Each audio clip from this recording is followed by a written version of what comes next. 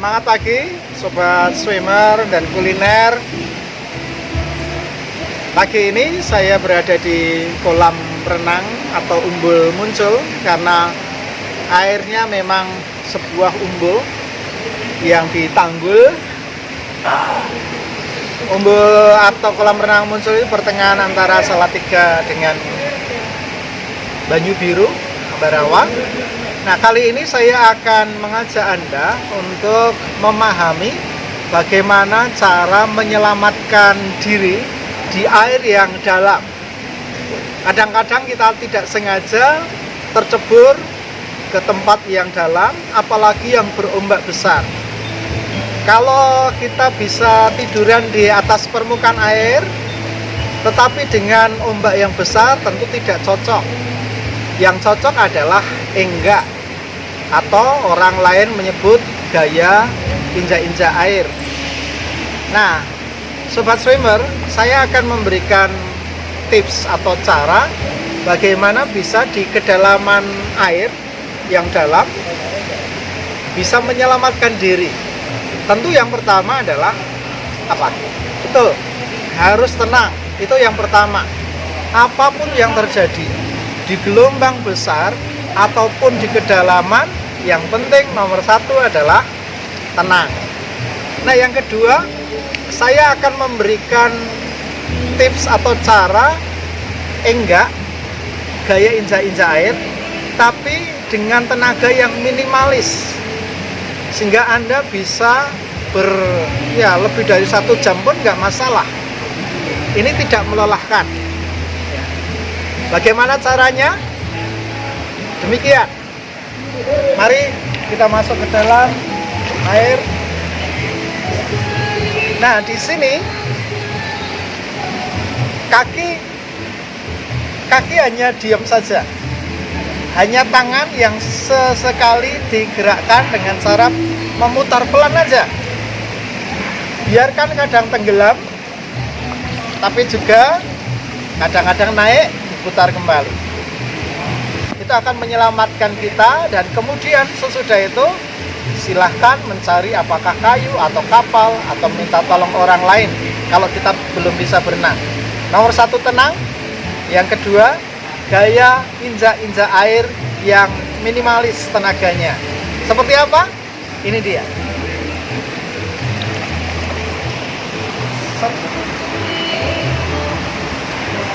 Aja ada raketo.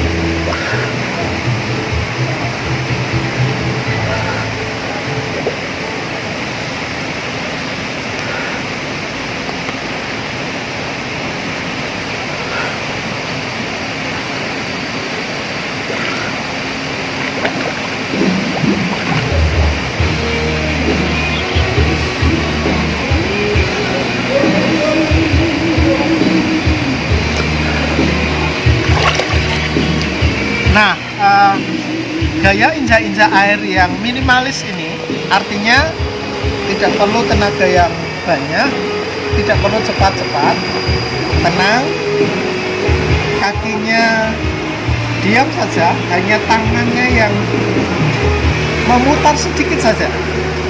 Nah, tapi itu juga harus didasari tutorial yang sebelumnya, yaitu teknik bernafas. Di dalam disemburkan, di atas mengambil. Di dalam disemburkan, di atas mengambil. Inilah gaya injak-injak air untuk menyelamatkan diri di air kedalaman ataupun gelombang laut yang berombak besar. Selamat mencoba, tenang saja. Salam happy dan sehat.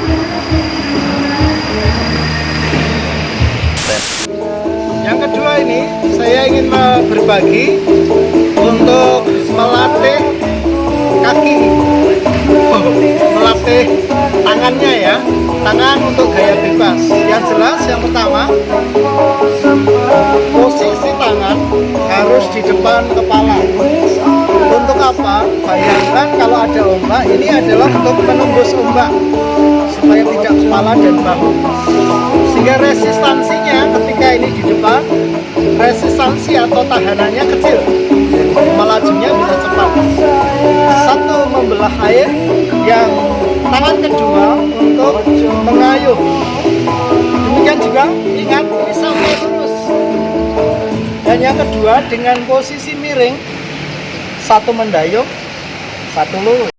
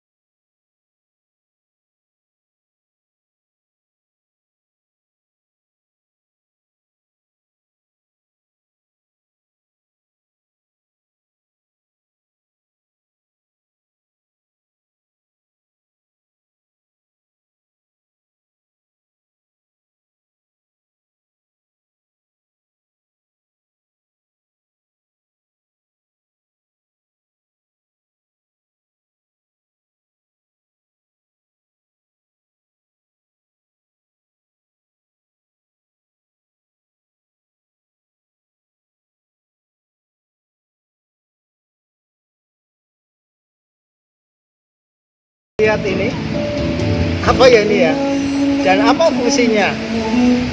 Nah betul, ini memang sebenarnya pelampung, tapi tidak hanya fungsinya untuk menyelamatkan orang, tapi juga sebenarnya bisa untuk melatih khususnya gaya bebas. Saat ini saya akan memberikan tips supaya kita bisa memiliki gaya bebas dengan posisi kaki, gerak kaki, ataupun tangan yang tepat. Ini bisa membantu kita untuk melatih gaya bebas.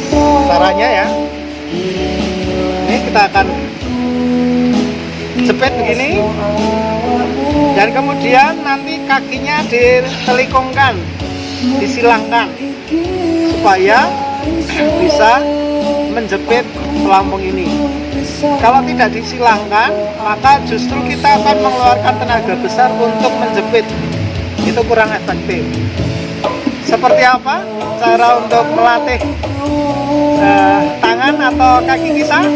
Saat ini saya akan mengajak Anda untuk melatih kaki. Ini dipegang. Ini caranya. Sekali lagi, ini untuk melatih kakinya.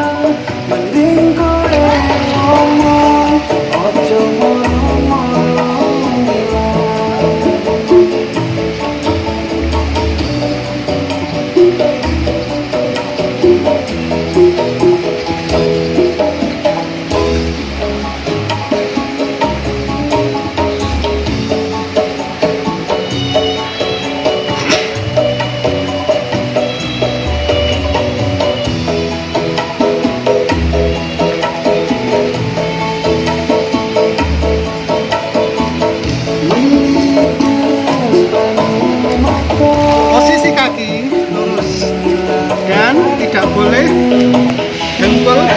Dengkul itu apa ya? Tumit ya. Ini tidak boleh nekuk.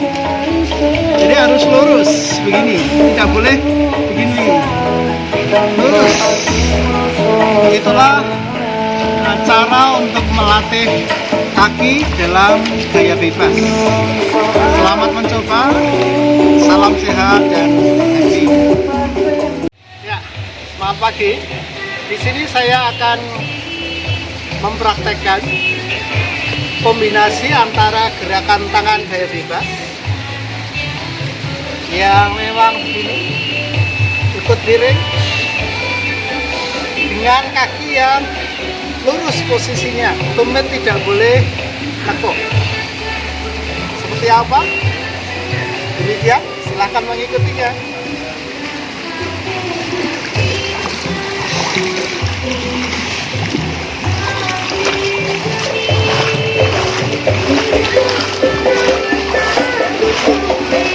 Dan pelantong.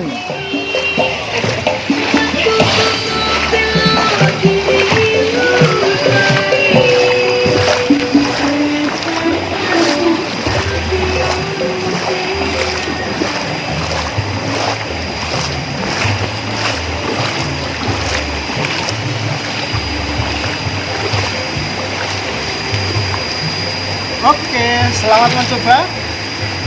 Sukses dan happy.